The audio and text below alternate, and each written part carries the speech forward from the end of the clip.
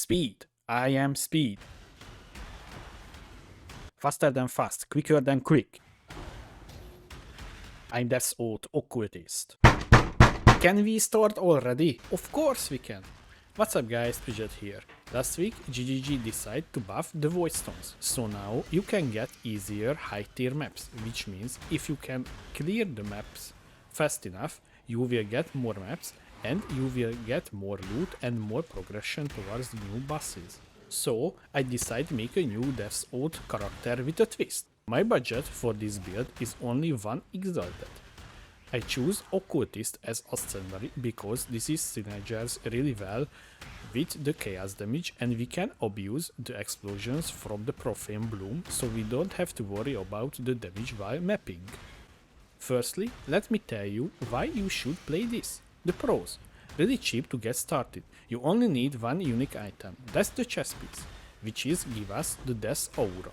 You can get this skill otherwise. I need to mention we're using another unique which is cheap as hell, the Obliteration one, which is give us extra explosion. Only using one button for mapping, which is the left click, to move around, so you don't have to spam abilities while playing. You're moving all the time, which is almost the best defense in Path of Exile. Easily can complete any side activity like Alva inclusions, blighted encounters, delves, thanks to the Profane Blood explosion, which is really good if the enemy has high health. You can clear any tier 16 map without issues. Satisfying to hear the chain explosions. You can clear mobs very fast, you can earn more currency over time and progress towards the new bosses. I can spawn the new bosses under an hour, which is not the best, but really good for the price of the build. Also, you can get more Conqueror mobs from bosses fast and you can run them or sell them for extra profit. Yeah, okay, that's all good, but what if I want to kill endgame bosses?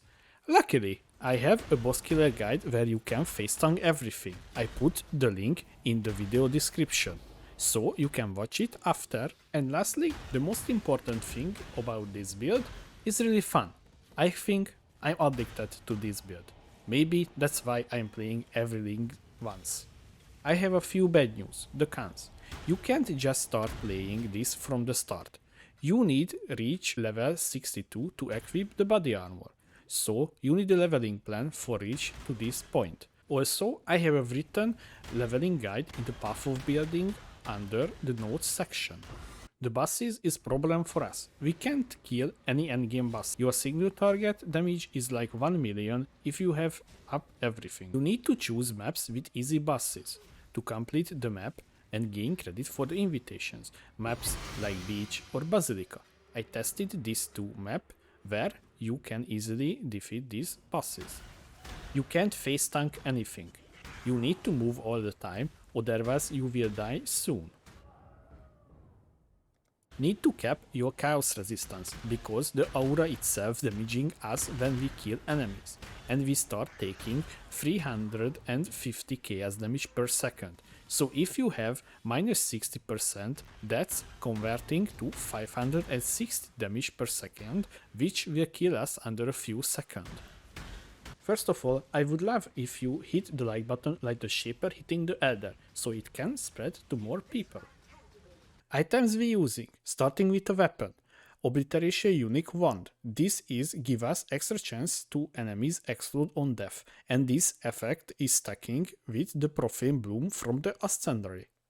Shield we using is an Elder influence shield with increased maximum life and extra life and a little bit of resistance. Gloves with chaos damage over time multiplier and a little bit of life and a little bit of strength and dexterity for the attributes requirement. You can get these mods from the Elder or the Hunter, or with the new Eldritch currency as an implicit from the Searing Extract. The belt is a simple rare belt with life, strength and resistance. Boots with life, resistance and movement speed, and if you want, you can use the Searing Extract currency for extra movement speed as an implicit. Rings we using 2 Vermilion ring as our base, because the life percentage. As you can see, It have chaos damage mod on them, which you can get from the Envy Essence. You can get this essence for 1C per pop. Not needed, but it's nice to have. If you have a little bit of currency to burn, try to get one like these rings. A simple rare helmet with Despair Curse Effect enchantment. The stats you're looking for is life and resistance on this piece of gear. Also need to mention the enchantment has two tiers, one with 20% and one with 30%, so when you buying one, try to aim the better one. Lastly, Impresence Unique Amulet. This amulet is important because with this, the Despair Aura didn't reserve any mana, also give us increased damage over time, life and chaos resistance, and the anointing Bannerman. Core of the build, Death's Oath unique body armor. This give us the Death's Aura effect. Also give us a little bit of elemental resistance from the implicit, little bit of maximum life and a little bit of attributes. The chest doesn't need to be linked, only need to be 2 green, 2 blue and 2 red socket on them. Flasks we using Divine Life Flask with more recovery if used while on low life and immunity to bleeding and corrupted blood immunity, really important this one. Using a Basalt Flask for increased armor, Quicksilver Flask with increased movement speed during Flask effect for extra movement speed, Granite Flask for extra armor, and lastly, Sulfur Flask for increased damage. We're using a few rare jewels, one here, and lastly here and here. We're using damage over time multiplier and increase maximum life mods on them because the chaos damage over time multiplier with life is more expensive. Using a timeless jewel, Glorious Vanity, for our Divine Flesh, this node gives us extra chaos resistance, which will help us to mitigate the damage from the Death's Oath. Starting in the witch area, taking Deep Wisdom, after that Hurt and Soul for maximum life, Blast Radius for increased area effect, Jewel Socket here, taking Cruel Preparation for extra life and elemental resistance, Life Mastery 50 to maximum life, taking the Chaos nodes here, Heart of Darkness and Corruption and Chaos Mastery, 20% if increased effect of Wither. After that, taking the Quick Recovery for increased maximum life and a little bit of life regen, a Jewel Socket here, taking Purity of Flesh for increased chaos resistance and increased maximum life, taking the Reservation Wheel here, just like that, we're taking the Aura effect node here, not the reservation ones, and Sovereignty for extra mana reserve efficiency and Reservation Mastery, increased damage for each of Aura or Herald skills affecting you. Jewel Socket here, and taking Pain Attunement. After that, we socketing Glorious Vanity inside, and we will get the Divine Flesh node. After that, we pathing towards Trickery, Blood Siphon, taking the Coordination, the Entropy for damage over time, Fangs of Viper for increased chaos damage, taking the Blood Drinker for increased maximum life and life recovery on kill, really good for this build, and Life Mastery with increased maximum life, taking the Chaos Wheel here, wasting Chaos damage over time multiplier and a little bit of chaos resistance, Chaos Mastery, 1% to chaos damage over time multiplier for chaos resistance. We have 80 chaos resistance, so this gives us 20% damage over time multiplier. Jewel Socket here, taking Charisma for increased mana reservation efficiency, Reservation Mastery.